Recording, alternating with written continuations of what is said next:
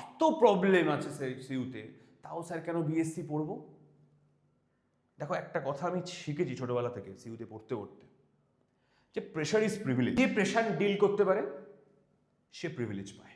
এই যে 4টে বছর সিইউ তোমাকে নিয়ে কাইন্ড অফ ছেলে খেলা করবে, কিন্তু তা সত্ত্বেও তুমি যদি সব ডিল করে তোমার মেন্টাল ট্রমা, তোমার স্ট্রাগল, তোমার ফিনান্সিয়াল প্রবলেম, তোমার ফ্যামিলি প্রবলেম, অ্যাকাডেমিক্স হচ্ছে না স্যার, রেজাল্ট করতে পারছি না, মানসিকভাবে ভেঙে পড়েছি, সব কিছুর পরে গিয়ে যখন তুমি সিইউ থেকে 4 বছরের ডিগ্রি করে বেরোবে, তখন তুমি সিইউকে মিস করবে।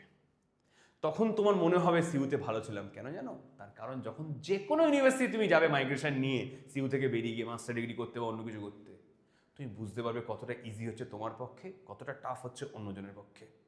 সিইউ আমাদেরকে সেটাই শিখিয়েছে। সিইউ নিয়ে প্রচুর খারাপ কথা আমি কলেজ লাইফে বলেছি। আমি এখন সিইউকে মিস করি। আমার স্টুডেন্টরা যারা পাস আউট করে বেরিয়ে গেছে তারা বলে, হ্যাঁ দাদা, সিইউ শিখিয়েছিল কিছু একটা।